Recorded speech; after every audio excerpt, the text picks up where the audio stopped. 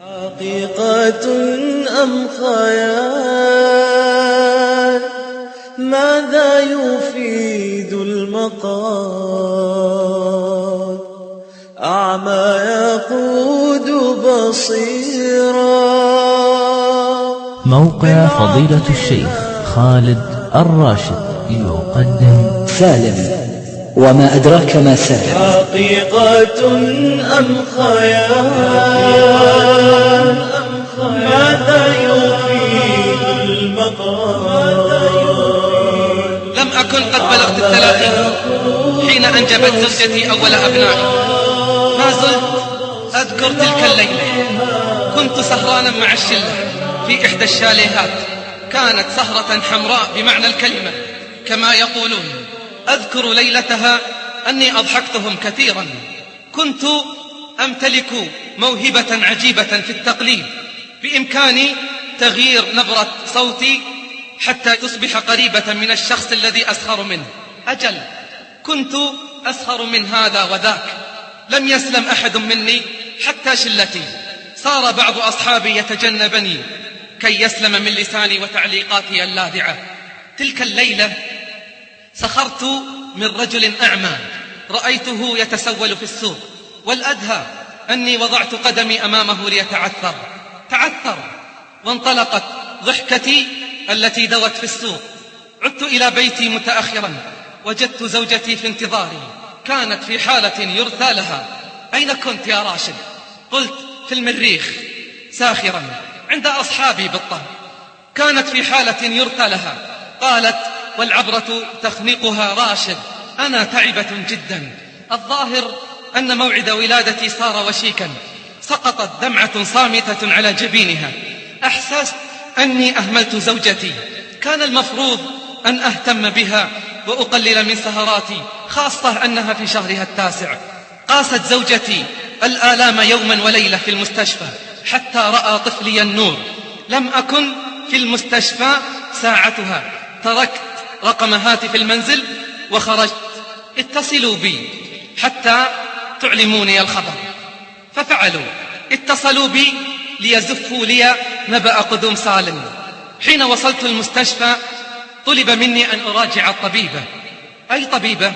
المهم الآن أن أرى ابني سالم، لا بد من مراجعة الطبيبة قالوا لي. أجابتني موظفة الاستقبال بحزن. صدمت حين عرفت أن ابني به تشوه شديد في عينيه ومعاق في بصره. تذكرت المتسول، قلت سبحان الله، كما تدين تدان. لم تحزن زوجتي، كانت مؤمنة بقضاء الله راضية. طالما نصحتني، طالما طلبت مني أن أكف عن تقليد الآخرين.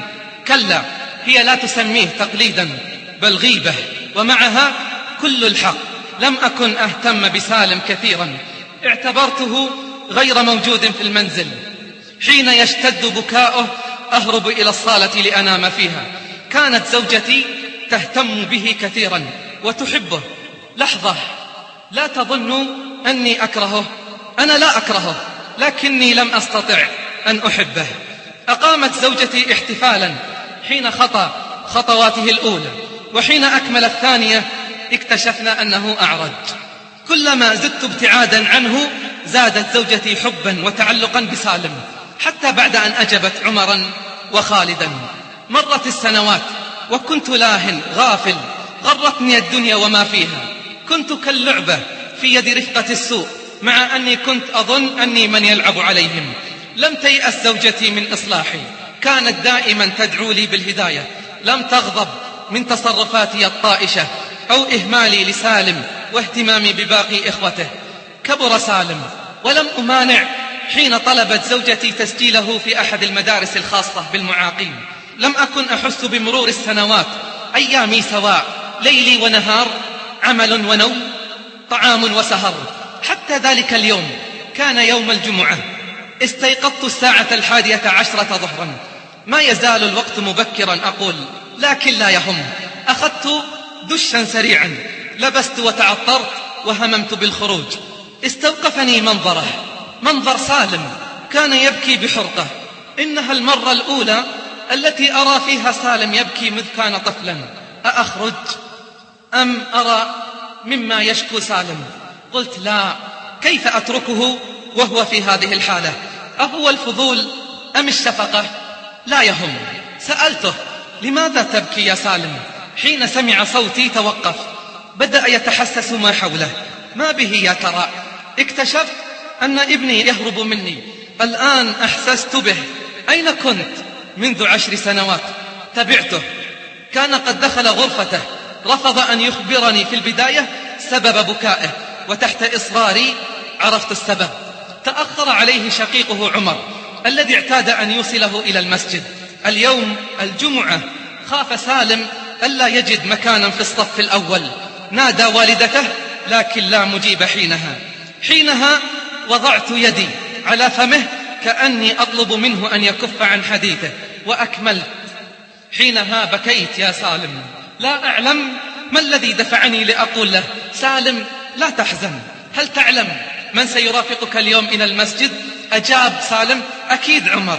ليتني أعلم إلى أين ذهب. قلت: لا يا سالم، أنا من سيرافقك، أنا من سيرافقك. استغرب سالم، لم يصدق، ظن أني أسخر منه. عاد إلى بكائه. مسحت دموعه بيدي وأمسكت بيده. أردت أن أوصله بالسيارة، رفض قائلا: أبي، المسجد قريب، أريد أن أخطو إلى المسجد فإني أحتسب كل خطوة أخطوها. يقول: لا أذكر متى آخر مرة دخلت فيها المسجد، ولا أذكر آخر مرة سجدت فيها لله سجدة. هي المرة الأولى التي أشعر فيها بالخوف والندم، الندم على ما فرطت طوال السنوات الماضية. مع أن المسجد كان مليئا بالمصلين، إلا أني وجدت لسالم مكانا في الصف الأول. استمعنا لخطبة الجمعة معا وصليت بجانبه. بعد انتهاء الصلاة طلب مني سالم مصحفا. استغربت، كيف سيقرأ وهو أعمى؟ هذا ما تردد في نفسي، ولم أصرح به خوفا من جرح مشاعره. طلب مني أن أفتح له المصحف على سورة الكهف. نفذت ما طلب، وضع المصحف أمامه وبدأ في قراءة السورة. يا الله، إنه يحفظ سورة الكهف كاملة وعن ظهر غيب.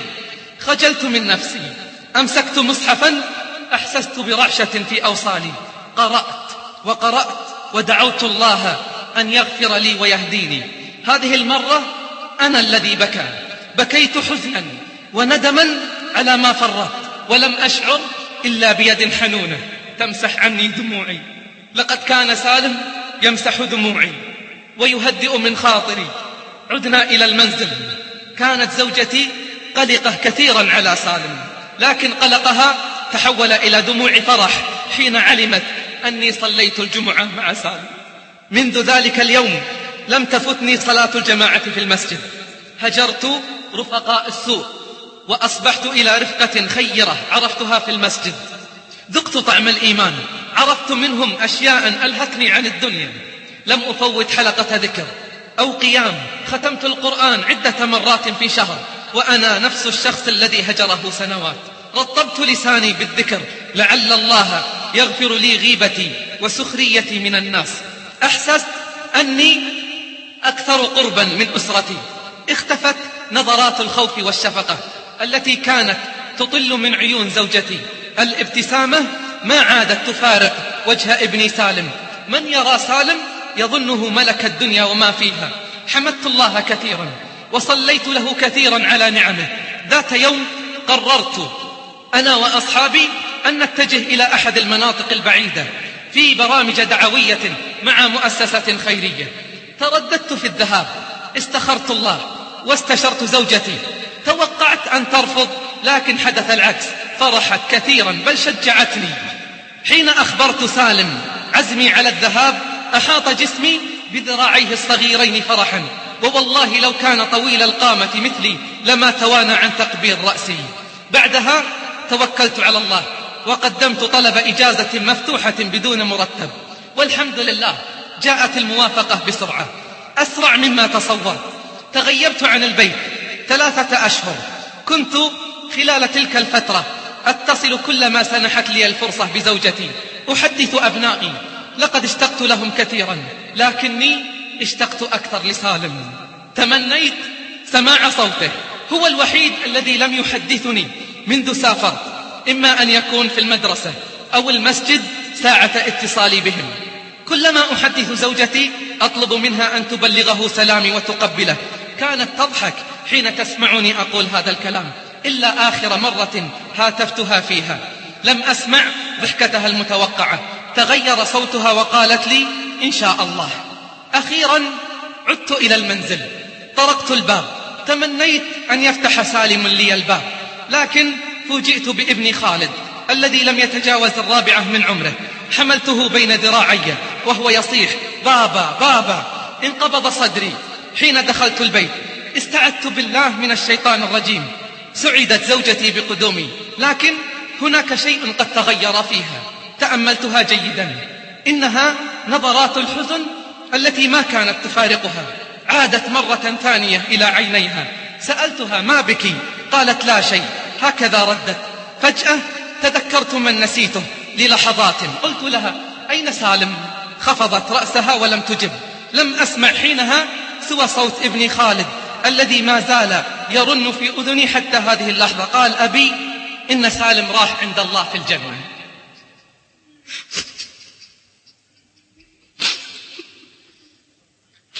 قال أبي إن سالم راح إلى الله في الجنة.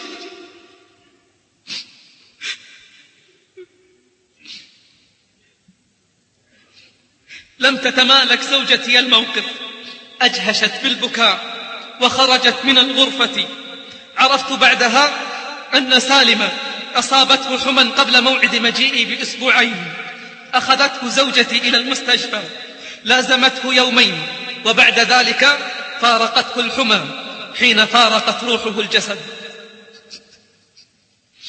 أحسست أن ما حدث ابتلاء واختبار من الله.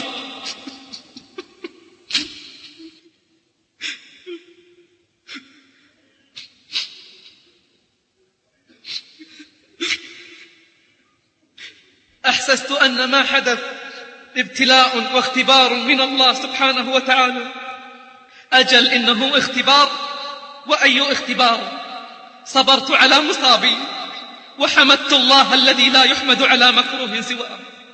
ما زلت أحس بيده تمسح دموعي وذراعه تحيطني. كم حزنت على سالم الأعمى الأعرج. لم يكن أعمى، لم يكن أعمى، أنا من كنت أعمى حين انسبت وراء رفقة السوء. ولم يكن سالم أعرج لأنه استطاع أن يسلك طريق الإيمان رغم كل شيء. لا زلت أتذكر كلماته وهو يقول إن الله ذو رحمة واسعة. سالم الذي امتنعت يوما عن حبه اكتشفت أني أحبه أكثر من إخوانه. بكيت كثيرا وما زلت حزينا. كيف لا أحزن وقد كانت هدايتي على يديه؟ كيف لا أحزن وقد كانت هدايتي على يديه؟ اللهم تقبل سالم في رحمتك. حقيقة أم خيال؟ ماذا يفيد المقال؟ أعمى يقود بصيرا، بالعقل هذا محال، وأعرج الرجل أيضا وليس فيه اعتدال. ذاكم هو ابني حبيبي إن كان عنه سؤال. أنا الذي كنت أعمى يغشى عيوني الضلال. أنا الذي كنت أمشي وفي مسير اختلاف اقترفت ذنوبا تنوء منها الجبال، وقد نأت بي عنه تلك السنون الطوال. رأيته ذات يوم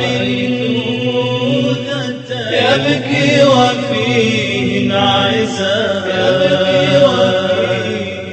ولم تر العين فيه ما تبتغيه الرجال، من حلمها في بنيها هيهات ذاك المنال،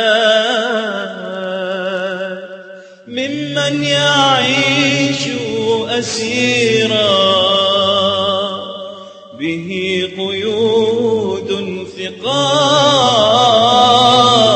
لكنه كان أقوى مما تكون الجبال،